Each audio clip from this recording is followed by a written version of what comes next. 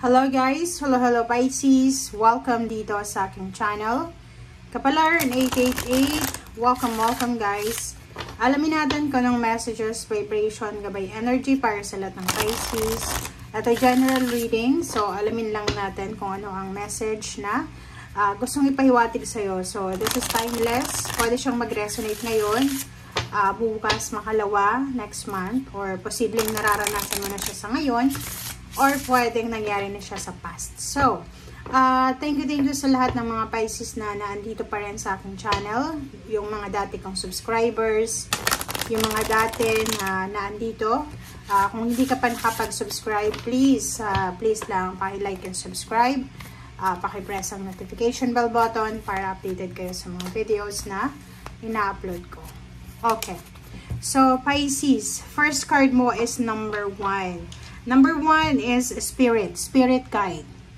Okay. So, the vast universe. Sinasabi sa'yo guys ng barahan na to na ang universe natin is sobrang napakalawak. Diba? Yung ibig sabihin, if you're feeling helpless or feeling mo wala nang nangyayari sa buhay mo, yung feeling na lahat ng tao sa paligid mo may swerte na, may blessings na, tapos ikaw naghihintay pa rin, dito sinasabi sa'yo ng barahan na huwag kang mag-alala kasi ang universe ay kumbaga napakalawak ng biyaya, okay? Ng universe, ang ating Panginoon, and lahat tayo may kanya-kanya tayong nakapangalan dyan na biyaya. Dumarating lang yan sa tamang panahon, sa tamang pagkakataon. So, dito sinasabi ng barahan, this one is Ace of Pentacles. Sinasabi ng barahan sa'yo na ang universe daw ay magiging sobrang generous sa'yo, Pisces. And maraming possibilities and new opportunities kasi money to number 1, opening, blossoming abundance, ang posibleng darating sa'yo. So, since napaka-generous ng universe sa'yo ngayon, sinasabi ng barahan sa'yo na kung may mga pinaplano ka, yung mga nakahang na plano mo sa sarili mo, it's either work, business, travel, or anything na nakahang, siguro balikan mo siya, okay? Balikan mo para tingnan kung valid pa ba itong pangarap mo na to, or valid pa ba na gawin ito. Okay? Thank you. Okay, Pisces.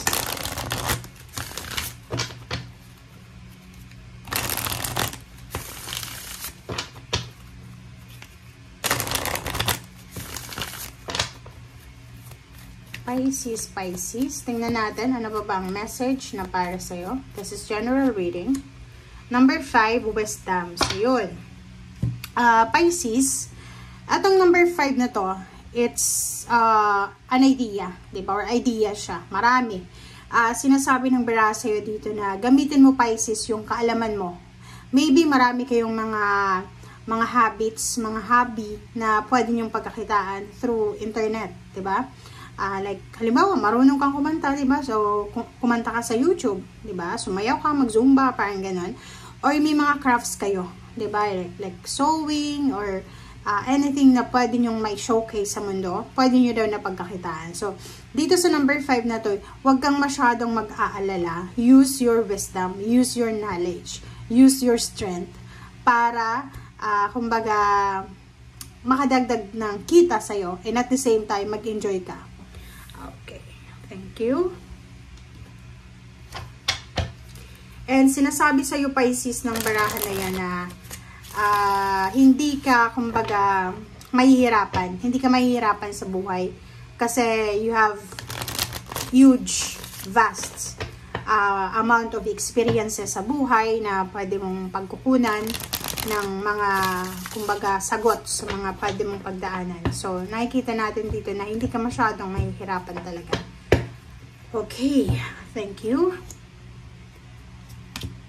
Okay, first 2 cards tayo, Pisces. This is the direction, diba? This is honoring path. That's number 7. And King of Swords. So, sinasabi ng barahan sa'yo dito na meron ditong Pisces na meron siyang direksyon na gustong tahakin. So, maybe may plano siyang bumili ng sasakyan. Maybe may pinaplano siyang pagte-travel. Maybe may pinaplano siyang relocation. Maybe may pinaplano siyang For example, change of ideas, mindset, change of different, or kung ano man yan na pagbabago na gusto mong baguhin sa sarili mo. Okay? So, dito sa barahang to, kung ano man yan na direksyon na gusto mong tahakin, Pisces, sinasabi ng baraha nga sa'yo na wala kang dapat na ipag-alala. You don't need to worry. Okay? You don't need to worry. Sinasabi dyan sa'yo na okay lang. Okay lang. May mga pagsubok tayong pinagdadaanan sa buhay. It's part of our life. And dito naman, sinasabi sa'yo ng King of Swords na kung talagang gusto mong mangyari yan sa buhay mo, sikapin mo talaga.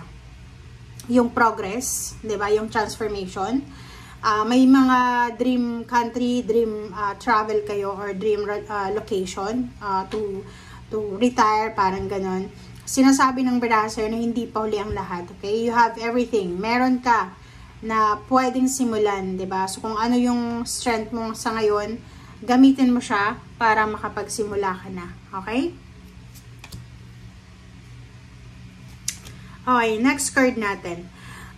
Doon sa mga Pisces na siguro maraming mga utang kayo, 'di ba? Financially, medyo restricted, medyo stagnant, parang ganon. So, maraming utang, maraming bills na kailangan bayaran, mga expenses na ganyan, ganito. Sinasabi ng baraha sa'yo dito na possible na magkaroon ng balance yan. Maybe starting June or starting now and until June, until the end of the month of June or end of the year, 6 years from now. Sinasabi ng barahan na makakaalis ka sa stagnation or sa restrictions na posibleng pinagdadaanan mo.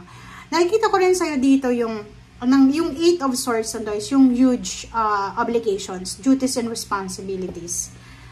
Pwedeng breadwinner ka, or pwedeng may mga kapamilya ka na umaasa sa'yo, or may mga kapamilya ka na alam nila na siguro may trabaho ka, and then binigyan ka nila ng obligasyon na gawin kung ano yung, or kung ano man na obligasyon na kailangan mong gawin sa kanila financially. Ang problema lang is parang medyo hindi maganda yung energy na to. Na yung parang, yun yung may kasabihan tayo, teach a man how to fish. 'Di ba? Hindi tayo dapat magbigay ng fish. So, if may kapamilya ka, for example, may kapamilya ka na gusto mong turuan sila kung paano ayusin ang kanilang financial na pamumuhay, tapos ayaw nila, like, may mga senaryong ganyan. Halimbawa, gusto mong magkaroon ng piggery, tutulungan mo yung kapag-anak mo na magkaroon ng babuyan or pwedeng anything na pwedeng pagkakitaan. Instead na sabihin sa'yo na okay, sige, try namin, i-decline niya, i-reject niya kasi mapapagod siya. So, parang ganun. So, pag ganun yung kamag-anak mo, i-let go mo na yan. Hindi mo obligasyon na tulungan sila kasi hindi naman sila willing na tulungan ang sarili nila. Okay, so nandito ka sa 8 of Swords. Yung ibang Pisces dito na parang nakukulong sila sa obligasyon na hindi naman para sa kanila. Okay? So, sinasabi ng baraha na put boundaries. Protect yourself. Okay? Ikaw yung halimbawa, di ba? Common yan sorry pero common yan sa mga may kamag-anak na OFW, may kamag-anak na may pera, may trabaho, may negosyo. Yung mga walang trabaho, umaasa lang. Tapos, kung halimbawa, habang yung kamag-anak na ito, nagtatrabaho sila, nagiinuman, or nagkakasayahan, and hindi nila naiisip na yung kamag-anak nila pagod na pagod sa pagtatrabaho, tapos sila nag-i-enjoy lang, 'di ba? So, sa baraha mo, nakikita ko na you are parang restricted, you are imprisoned sa pagtulong, okay, na kailangan mong bawasan. Okay, kailangan mong isipin, pero kung single ka, okay lang. Pero kung may asawa ka, may anak ka na, or ikaw yung parang breadwinner ng parents mo, tapos yung humihingi sa'yo ng pabor, mga pamangkin mo, kapatid mo, or mga asawa ng mga kapatid ng mga pamangkin mo, hindi mo dapat sila bibigyan kasi ang ibig sabihin yan, hindi mo sila obligasyon. And yun nga, teach a man how to fish. Okay? Turuan natin sila para maghanap ng trabaho, maghanap buhay. Hindi yung parang i-feed natin, i-spoon feed natin na, eto kumain ka na. Okay? Kailangan turuan natin sila na kumilos. Okay. Okay, Six of Wands. Ang Six of Wands na to, sinasabi sa'yo, Pisces ng barahan na yan, na may incoming, upcoming, financial new beginnings, financial result, diba? Parang ganun. May salary increase, higher position, may relocation, may travel, meron din change of career, change of work, change of residence, or anything na kailangan na baguhin. So, dito sa Six of Wands na to, sinasabi sa'yo, Pisces, na etong success na darating sa'yo, etong pagtatagumpay na to, it's the fruit of your labor. Diba? Hindi yan parang sinasabi ng iba na, ay, swerte ka lang, you're lucky, you're fortunate. No. Hindi nyo alam, dumaan siya sa lahat ng pagsubok ang taong ito. Etong Six of Wands na to, hindi siya swerte pinagtrabahuan niya, pinagpuyatan niya, nagsakripisyo siya sa kung ano man na success na matatamo niya dito.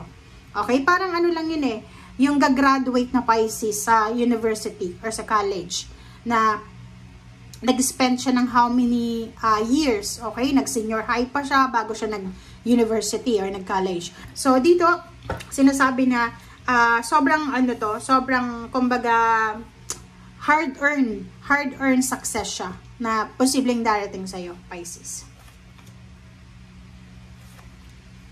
Okay, Dito naman, sinasabi ng barahan mo, Pisces, na posibleng mayroong good news dito. Ang good news na to is all about completion, about satisfaction, about achievements. So, posibleng meron kang tinatrabaho. So, pwedeng may project ka, may nagpapatayo ng bahay, merong hinuhulugan na bahay, or pwedeng meron ka na iniipon. So, nakikita mo dito na posibleng ibigay na sa'yo yung completion. Okay? Maybe paperwork, documents, may naayos ka. And posibleng matapos na siya. Next naman is etong mga good news na yan. Okay? Maraming balita, maraming good news ka na matatanggap from far or near places. Maybe from international. Or maybe meron sa inyo ditong, kumbaga nag-a-apply kayo ng visa, citizenship, ano pa ba yung ina-applyan nyo kung nasa ibang bansa kayong retirement, mga packages, anything na yan. Sinasabi ng barahan na pwedeng matanggap mo na yung confirmation. Okay. Okay. So, dito guys, sa second, dito sa two cards na to, sinasabi ng barahan sa'yo na may Pisces dito na dahil nga sa sobrang pagiging breadwinner niya, or sobrang responsable siya sa mga duties and responsibilities niya, medyo nakalimutan niya yung mga personal wishes niya, lalo na sa pera. So, dito sinasabi ng barahan sa'yo na ang universe ay ibibigay sa'yo yung mga long time financial wishes mo. So, paki-comment sa comment section, Pisces, kung ano-ano ang mga wini-wish nyo financially dati na hindi nyo magawa-gawa. Like for example, kung breadwinner ka dahil, like for example, may sakit yung magulang mo, pinapagamot mo sila, instead na mag-ipon ka para sa sarili mo, 'di ba? Naubos na lang 'yun para sa pamilya mo. So, ngayon, binibigyan ka ng pagkakataon ng universe na matupad naman yung financial wishes mo. Yung mga wishes mo na napabayaan mo na is because naging responsible ka sa ibang tao or sa pamilya mo. Last card natin is Three of Pentacles, and sa ilalim niya is Three of Cups. So, 33.